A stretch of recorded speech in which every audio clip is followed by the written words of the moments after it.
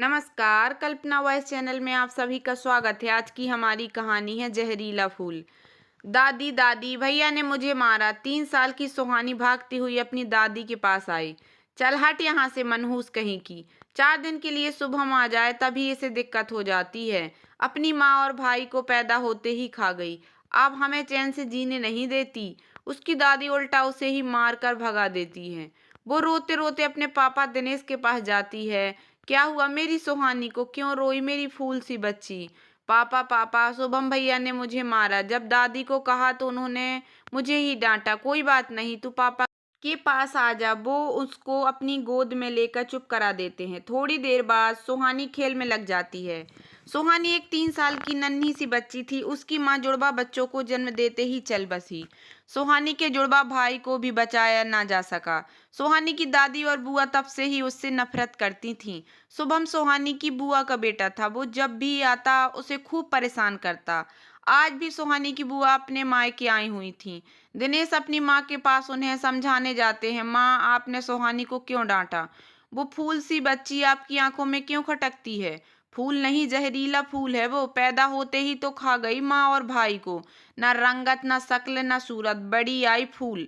माँ, दिनेश चीख पड़ा। फिर अगले ही पल शांत होते हुए माँ को समझाते हुए बोला, माँ, इससे उस मासूम की क्या गलती है? ये तो किस्मत का खेल है जो दिव्या और वो मासूम हमें छोड़ कर चले गए। भैया, माँ सही तो कह रही हैं। एक तो वो तुम्हारा और तुम्हारे उस जहरीले फूल का सारा काम करें, ऊपर से तुम भी उन्हें सुनाओ। उस सुहानी की वजह से तुम दोबारा शादी भी नहीं करते तो माँ बेचारी ही क्या करें? गुस्सा तो आएगा ही ना। नेहा, मैं अपनी बेटी के खिलाफ कुछ नहीं सुनूंगा। यह कहकर वो अपने कमरे चले जाते हैं। वो अपनी पत्नी दिव्या की फोटो के आगे खड़े होकर फूट फूट कर रोते हैं। दिव्या, क्यों चली गई तुम हमें छोड़कर? क्यों चली गई हमारी फूल सी बच्ची को छोड़कर? तुमने देखा सब उसके कैसे बर्ताव करते हैं। सब कहते हैं कि मैं दूसरी शादी कर लूं, पर कैसे? जब उसकी दादी उससे इतनी नफरत करती है तो दूसरी माँ कैसे प्यार देगी? दिव्या, मैं तुम्हारे बगैर बहुत अकेला हूँ, बहुत अकेला। सुहानी आती है और अपने पापा को बोलती है, अच्छे बच्चे ऐसे नहीं रोते। उसके पापा उसकी मासूमियत को देखकर उसे गले लगा लेते हैं। देखते ही देखते सुहानी 12 साल की हो गई, पर उसकी दादी का बर्ताव उसके साथ जरा भी नहीं बदला। वो अब भी बात बात पर भला बुरा कहती। एक दिन ऐसे ही उसकी दादी उसे डांट। शाम को जब उनके पापा घर आए तो वो रो रही थी। उसके पापा ने उससे पूछा, क्या हुआ मेरी लाडो को? आज फिर दादी ने डांटा। ये सुनते ही वो उनके गले लग रोने लगी। दिनेश ने उसके सर पर प्यार से हाथ फेरा और समझाया, बेटा, तुम जानती हो मैंने तुम्हारा नाम सुहानी क्यों रखा? क्यों? सुहानी एक फूल का नाम है जो रात के वक्त खिलता है। जैसे तुम मेरे अंधेरे जीवन में बहार बनकर आई हो, तुम मेरे जीने की वजह हो। ये फूल बहुत सुगंधित होता है, अपने आसपास सब कुछ महका देता है। जैसे तुम्हारी खुशबू से मेरा जीवन महका। ये फूल तो देवी देवताओं को भी बहुत पसंद है। इससे भगवान का श्रृंगार किया जाता है। मैं अच्छे से जानता हूँ कि मेरे इस फूल पर भी एक दिन सब नाच करेंगे। मेरे फूल अपनी महक से चारों दिशाओं को महका देगा। मेरे लिए तुम और दादी दोनों ही जरूरी हैं। तुम मेरी जिंदगी हो और वो उनकी। मैं दुखी हो देखकर और तुम ही बस इतना चाहता हूँ कि तुम उनकी बातों का बुरा मानना छोड़कर वो सुहानी का फूल बनो, जिसकी खुशबू की दादी भी दीवानी हो जाए। सुहानी को समझ आ गया कि उसके पापा उसके लिए क्या चाहते हैं। वो अपने पापा से वादा करती है, पापा, अब दादी की बातों का बिल्कुल बुरा नहीं मानूंगी। अब मैं आपका हर सपना पूरा करूंगी। सुहानी दादी को बातों से ध्यान हटाकर पूरा ध्यान अपनी पढ़ाई पर लगा देती है।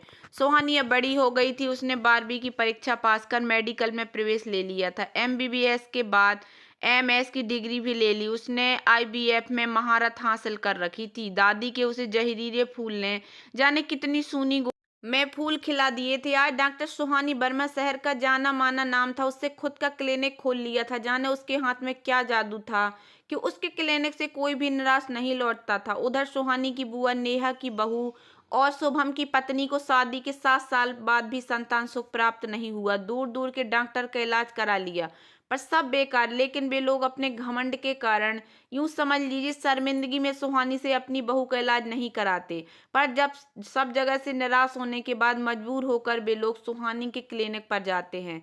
सुहानी खुले दिल से उनका स्वागत करती है। सुहानी अपनी भाभी के इलाज में कोई कसर नहीं छोड़ती। उसकी मेहनत रंग लाती। पहली बार में ही आईवीएफ सफल हो जाता है। उसके चेहरे पर खुशी की लहर दौड़ जाती है। सुहानी की दादी और बुआ आज सुहानी के साथ किए बर्ताव के लिए शर्मसार थीं। सुहानी उसको जहरीला फूल कहती थी। उसी ने आज जैसे उनकी जिंदगी में अमृत घोल दिया था। वे दोनों उसके आगे हाथ जोड़कर माफी मांगती। सुहानी दोनों को गले लगा लेती। आज सुहानी की आईवीएफ में उत्कृष्ट काम के लिए पुरस्कार मिला है और वो मुंबई से वापस लौट रही है। सुबह से ही घर में चहल पहल हो रही है। सुहानी की दादी और बुआ भाग भाग कर उसके स्वागत की तैयारी में लगी हैं। आज फिर दिनेश अपनी पत्नी की तस्वीर के सामने खड़े होकर रो रहे थे, पर आज ये खुशी के आंसू थे। उनकी सुहानी की खुशबू सिर्फ उनके आंगन में ही नहीं, दूर दूर तक फैली थी। तो दोस्तों, कैसी लगी आप लोगों को मेरी ये छोटी सी कहानी? अगर कहानी पसंद आई हो तो प्लीज़ मेरे वीडियो को लाइक कर देना। चैनल पर नए आए हों तो प्लीज़ सब्सक्राइब कर लेना और ज़्यादा से ज़्यादा शेयर करना। धन्यवाद दोस्तों।